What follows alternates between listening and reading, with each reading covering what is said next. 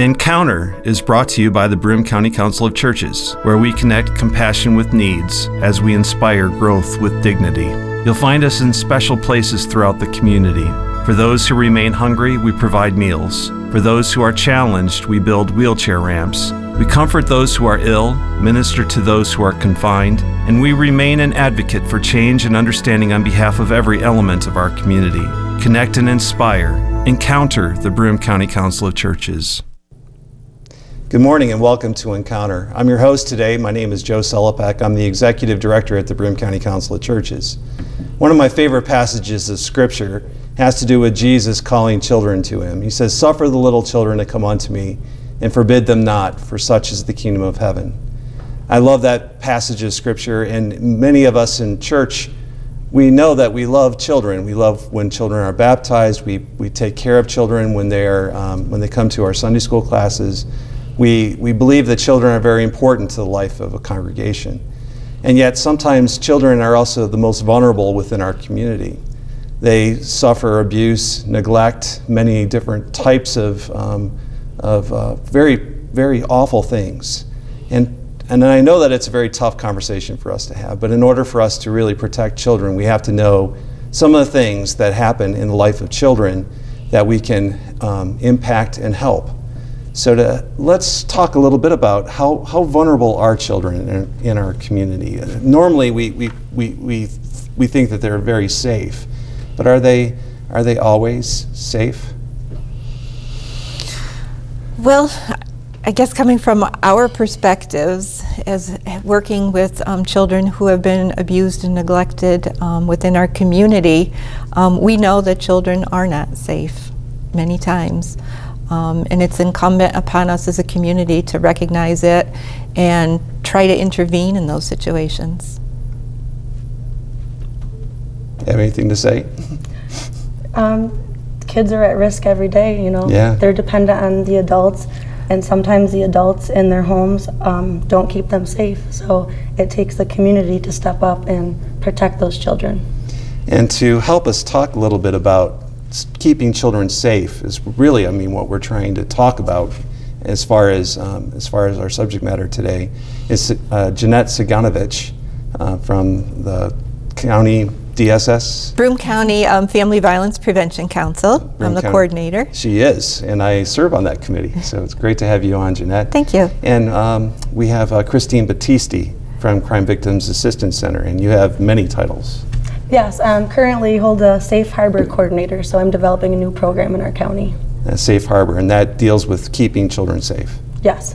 So we're going to be talking specifically about a type of abuse that children have that are under. It's childhood sexual assault or childhood sexual trafficking is really what we're talking about. What is that? And a lot of times we call it child sex exploitation. So it's when a child is used as a trade commodity in a sexual way, where sex is traded for food, a place to live, something tangible, even as simple as a cell phone. And they are victimized. They are victim children who are being used as a commodity. How prevalent is that? Well, we know that in child sexual abuse cases, in that grooming process, perpetrators often use goods or services to lure a child into a sexual act. So we've seen it before, we've just haven't called it human trafficking, so I think we're looking at it through a different lens today. And sometimes even, when a child is, I know that, child abusers tend to use dogs or other types of trinkets kind of to lure them into that. So this is another element of that. It's kind of how do we bring children into that? Do they groom them for that? It is a grooming process. And it's also a process that can be likened to a domestic violence relationship. Sometimes the children are teenagers, and they're looking for love, they're looking for a relationship, and sometimes that relationship, that love that they're looking for is with a person that is not always the person they think they are. They're looking to engage them in some sort of transaction of profitability for themselves, but they are enticing the young people as their boyfriend. And these children are vulnerable. Most kids at risk are in foster care, have had a prior history of abuse and neglect, so they have lower self-esteem. They're searching for that love and affection, and that's exactly what the trafficker will give them. And oftentimes the trafficker themselves aren't strangers to these children, are they? I mean, no, they're not. I think, and that's part of the misconception and why we have to do so much education and training in the community. Oftentimes the trafficker is the closest person to that child. It could be a family member, a loved one, a boyfriend, a friend. It's very rarely going to be that idea of a kidnapper. Right. And so why are we talking about this today? I mean, I know that we need to be talking about this in a generalized sense, because the more we talk about it, the less power it has, because a child, if they hear that this is wrong, will be able to talk to an adult, because who they trust to be able to say, this is happening to me, or we as a community can begin to talk about it in a way where it loses its power in certain ways. But why are we talking about this today and right now? I think part of the reason is because it's so underreported. It's the most underreported form of child abuse that there is. Mm-hmm. And we have an event coming up too, right? Correct. Christine and I have been involved with this initiative now for over a year, and we've done a lot of professional training in the community. And now we are hoping that the community will be involved and become more aware of the situation through a community education that we're sponsoring on May 20th. And we're May 20th, we're going to have a speaker. And who's the speaker? We have Carl Boykin, who is the Director of Human Trafficking Prevention through the New York State Division of Criminal Justice Services. He's going to be our keynote speaker. And we will be located at Our Lady of Good Counsel Church in West Endicott, right across from the Enjoy Golf Course. And we're hoping that we have community interest to come and learn what's going on. And what time will it be taking place on May 20th? It's a morning event from 9 to 12. Okay. We will have some refreshments available, and people can call my office to register. And how would what number is that? That would be 778-2153. So they would call 778-2153. Right, if they wanted to come. And so this is an important conversation for us to be having as a community, because we know that that this happens. It was in the paper just a little while ago. I know on the phone when we were planning this show, we talked a little bit about the case that came up in the paper. What was that case? There was just recently a case, so that's actually a good question, because when people ask me, do we have human trafficking here, part of my PowerPoint, I actually have the newspaper article just to show, yes, just a couple of months ago we had a federal case that involved 2 young children. I believe one was 15 and 16, where they were being trafficked here locally. And one of the reasons that this area is such a hotbed is similar to the drug trade, so to speak, because we exist within a confluence of multiple interstate highways that come together, and it's a place where exchanges are made and other kinds of things like that happen. And so we have these cases within our area because we are a hub, so to speak. Is that a fair summarization?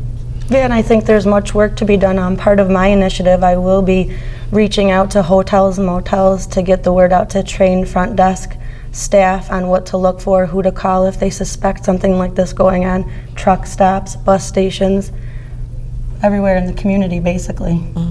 That's the Safe Harbor initiative Yes. from that. And so if people needed to get in touch with you, as far as if there was a suspected child neglect or child sex trafficking or childhood sex exploitation case that comes up, how would they go about contacting you? Well, anytime a child is in danger or immediate risk, you should call 911.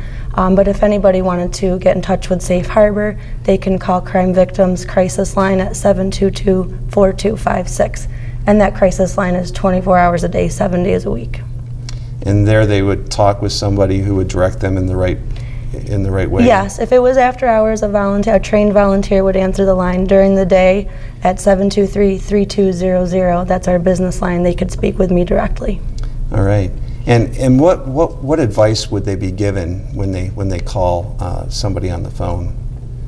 Like what would the conversation generally look like? I think if somebody called immediately, we'd want to assess safety to make sure that child or the youth, or if it's adult calling, is to find out if that child's safe and what can we do immediately to get that child safe. Right, because that's the important part, is making sure that the child is safe, correct? Mm-hmm. Yes. And I don't think that calls will necessarily come in like that. I think there'll be some red flags, some signs, and probably somebody calling to say, what can I do? Maybe if it's a family member or a friend or a youth. So how important, when we were talking about this subject earlier, we said that, that there was something about some of the children who are at greatest risk are the ones who are in the foster care system, or who have experienced neglect and or other areas where they have not been loved in the appropriate ways that children should be loved. Can we talk a little bit about youth that? who are or children who are left home alone a lot, who are left to their own devices a lot, who are just kind of out there, while their parents are off working or doing whatever. Those youth that are feeling very disconnected, I think, to the avenues that most youth are connected with. Or they don't have a strong support at home. Right. And it's funny, we in our Family Violence Prevention Council that I've been a part of for a number of years now, we were watching some videos where it was an uncle or somebody who was very close to the family who was involved in grooming the child to the point where the child then became involved in a sexual relationship with that person. And oftentimes it really surprised the mother and the father in that situation. Can we talk about that a little bit? Well, first I'd like to reframe what you said, that it was a sexual relationship, because the child was victimized. Right. We always have to remember that in these situations, the child is the victim. They're not a willing partner. Right. And most often they're either coerced or given false information, or they're forced to do something. They might be plied with alcohol or drugs. So really the onus is, we have to remember that these children are victims. And does that grooming process, does it surprise families? I mean, especially those ones that are they're just taken aback by it, right? Sometimes they are, because oftentimes people that are victimizing children are close within, the family constellation, whether it's a family friend or neighbor, somebody that the child and the family knows. And a person that grooms children grooms the family as well. And people that victimize children usually are nice people. People are often surprised who they are, but it's a whole process where they even involve the family in the process of portraying. And really, I mean, I guess the thing that that would be involved in sex trafficking then would be if you have a child that is marginalized enough that they don't really have caring people who would be involved in that person's life or that child's life